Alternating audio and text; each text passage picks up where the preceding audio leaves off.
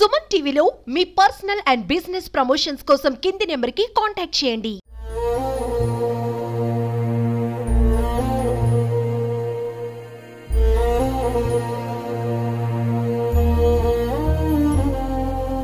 నా పిల్లగాళ్ళు ఎలా ఉన్నారని కూడా తెలియదు సార్. నా కళ్ళతో కూడా చూసుకోలేదు సార్. నాకు నేను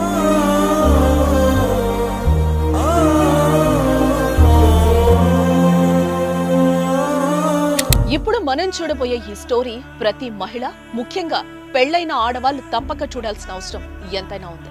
అలాగే భార్యను చులకనగా చూసే భర్తలు కూడా చూడాలి. ఎందుకంటే సమాజంలో బంధాలు ఏ విధంగా విచ్ఛిన్నమవుతున్నాయో నిత్యం మనం చూస్తూనే ఉన్నాం. ముఖ్యంగా భార్యాభర్తల సంబంధాలైతే రోజు రోజుకి బలహీనంగా మారుతున్నాయి. భర్త నచ్చక భార్య, భార్య నచ్చక భర్త వివాహేతర సంబంధాలు పెట్టుకుంటూ ప్రాణాల మీదకు తెచ్చుకుంటున్నారు. చిన్న చిన్న తప్పులకే విడాకులు తీసుకుంటున్నారు. మనస్పర్ధల కారణంగా మనస్ఫూర్తిగా మనువాడిన వారిని పొట్టన పెట్టుకుంటున్నారు. వారందరికీ ఈ మహిళ జీవితం ఓ పాఠమవుతోంది. ఎలాగో ఎందుకో ఇప్పుడు చూద్దాం.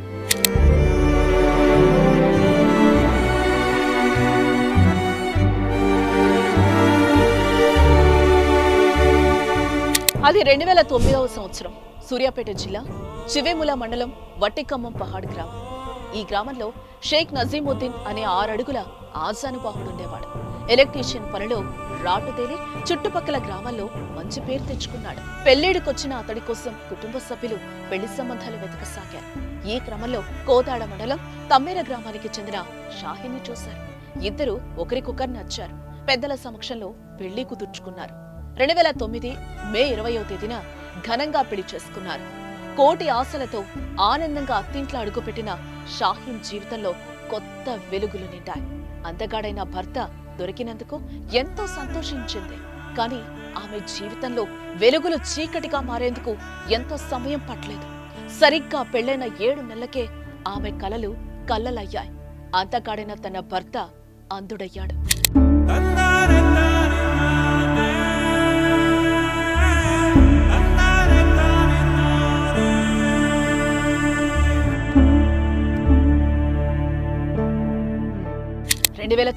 డిసెంబర్ 6వ తేదీన ఆ ఇంట్లో చీకట్లు ముసురుకున్నాయి.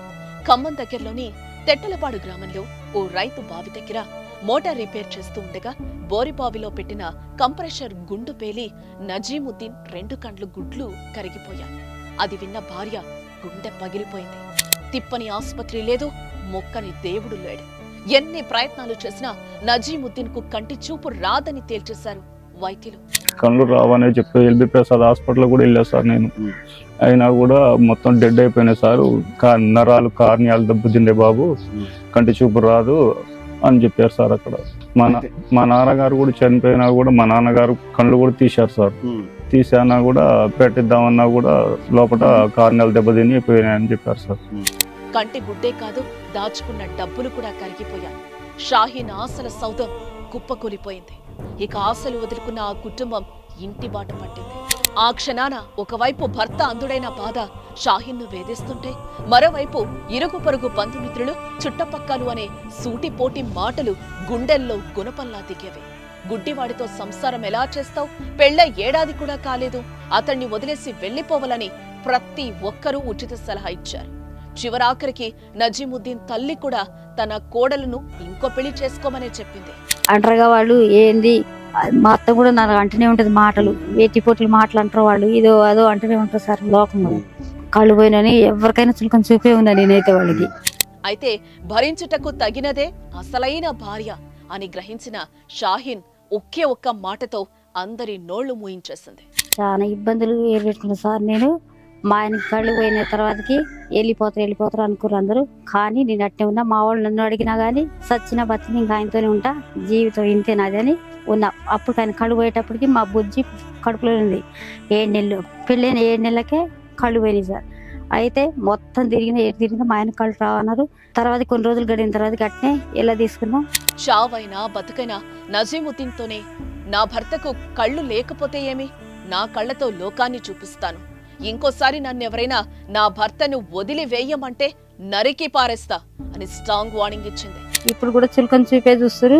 నాకు దగ్గర తీసేటోళ్ళు లేరు, మాటలు ఎక్కువ అనేటోళ్ళు ఎవరు. నాకు ఇప్పుడు కూడా అట్నే అంటారు, నాకు నువ్వు మంచిదని కదా అది ఇదని తిడుతూనే ఉంటారు. కానీ నేను వాడు మాటలన్నీ పడైనా కూడా అట్టే ఉంటున్నా సార్. నా భర్తే కావాలని నేను అట్టే ఉన్నా సార్. భర్తను సొంత కొడుకులా చూసుకోవడం ప్రారంభించింది. నిరుపేద కుటుంబం కావడంతో కూలి పనికి వెళ్లడం ప్రారంభించింది. తనకు రాని పనిని పట్టుబట్టి నేర్చుకుంది. నేను కూలికి వెళ్తా, నాట్లకి ఇట్లా వెళ్తా, పళ్ళ ఇట్లా కలుపులకి అవి వీటికి వెళ్ళి అవి తెచ్చుకొని పైసలు పిల్లగాళ్ళకి వెళ్ళ తీసుకుంటాను నేను. భర్త పట్ల ఇల్లాలకున్న ప్రేమ అనుబంధం గుర్తించిన ఆ గ్రామ ప్రజలు ఆమెకు సపోర్ట్ చేయడం ప్రారంభించారు. వీరి అన్యోన్య కాపురానికి గుర్తుగా ముద్దుగా 2 పిల్లలు జన్మించారు. సమ్రేన్ ఇప్పుడు 10వ తరగతి చదువుతుంటే బషీర్ 7వ తరగతి చదువుతున్నాడు. అయితే ఇన్నాళ్ళు షాహీన్ రెక్కల కష్టంతో నడుస్తున్న ఈ కుటుంబానికి ఇప్పుడు పెద్ద ఆపద ఎదురైంది. కన్న పిల్లగాలు చూసుకోలేదన్న బాధ అనిపిస్తుంది నాకు. అదే కళ్ళుంటే నా పిల్లగాలని ఉన్నంత చదువులు చదివించేవాడిని అన్న బాధ ఉంది సార్ నా కడుపులో. నా పిల్లగాలు ఎలా ఉన్నారని కూడా తెలియదు సార్. నా కళ్ళతో కూడా చూసుకోలేదు సార్ నాకు. నేను నజీముద్దీన్ కు ఆరోగ్యం సరిగా ఉండటం లేదు. పిల్లలు పెద్దవారవుతున్నారు. షాహీన్ ఒక్కతే కూలికెళితే పూట గడవటం లేదు. కళ్ళు లేకున్నా షాహీన్ కష్టాన్ని మనోనేత్రంతో చూస్తున్న నజీముద్దీన్ తన భార్యకు ఇకనైనా కష్టాల కడల నుంచి తప్పించాలని తప్పిస్తున్నాడు. తన పరిస్థితి చూసి ప్రభుత్వం ఏదైనా సాయం చేయాలని కోరుతున్నాడు. కిరాణం షాపు లాంటిది ఏదైనా పెట్టిస్తే కష్టపడకుండా తమ కాపురాన్ని కాపాడుతుందని కోరుతున్నాడు. ఇల్లు కూడా గట్టిగా లేదు, వర్షం వస్తే కురుస్తుంది జరగ. ఇల్లు కూడా గట్టిగా చేపియాలి. ఏదన్నా ఒకటి కిరాణం ఏదన్నా పెట్టించుకుంటే జీవనోపాధి గడుస్తుంది సార్. ఏదన్నా ఒకటి నా పిల్లగాల ముఖం చూసి, నా భార్య ముఖం చూసి, నా ముఖం చూసి ఏదన్నా జీవనోపాధి కోసం నాకు ఏదన్నా ఆర్థిక సాయం చేయాలని కోరుకుంటున్నాను సార్. ఒకవైపు బిడ్డ పెళ్లిడుకొస్తుందని, కనీసం ఉండటానికి ఇల్లు కూడా లేదని బాధపడుతున్నారీ ఆదర్శ దంపతులు. సీఎం రేవంత్ రెడ్డిని స్వయంగా కలిసి వేడుకున్నా అధికారులెవ్వరూ తమ ఇంటి వైపు కన్నెత్తి కూడా చూడలేదని బాధపడుతున్నాడు. దాతలెవరైనా తనకు సాయం చేసి తన భార్య కష్టాన్ని తగ్గించమని వేడుకుంటున్నాడు. యనమల రేవంత్ రెడ్డి గారి సార్ని కూడా కలిశాను. ప్రగతి భవన్ లో పోయాను సార్. నా భార్య నా పిల్లలు తీసుకుని వెళ్ళా కూడా ఏం సాయం అందలేదు సార్. నాకు అని చేపిద్దాం పోండి అన్నారు. ఇప్పటిదాకా కూడా పెట్టి కూడా డిసెంబర్ లో పెట్టాను. ఇప్పటిదాకా కూడా ఏది అందలేదు. ఏ అధికారి కూడా ముందుకొచ్చి అని కూడా అడగలేదు.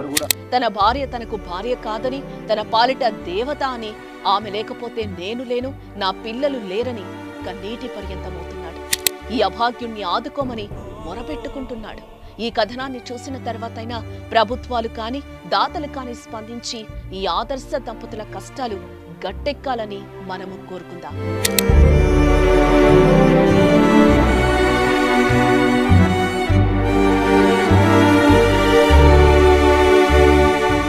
ఏదేమైనా భర్తే తన ప్రాణమని తలచి కారేషు దాసి కరణేషు మంత్రి భోజేషు మాత శయనేషు రంభగానే కాక మగవాని బతుకులో సగపాలు తనదిగా జీవితాన్ని అంకితం చేసి మగని మంచి కోసం పడే ఆర్తిలో సతిని మించగలరా మరే ఆప్తులు అని నిరూపించిన షాహీన్ కు సుమన్ టీవీ తరపున హ్యాట్సాప్ చెప్తున్నా.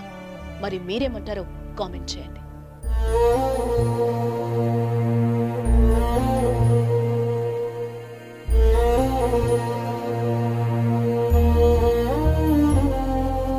నా పిల్లగాళ్ళు ఎలా ఉన్నారని కూడా తెలియదు సార్. నా కళ్ళతో కూడా చూసుకోలేదు సార్ నాకు. నేను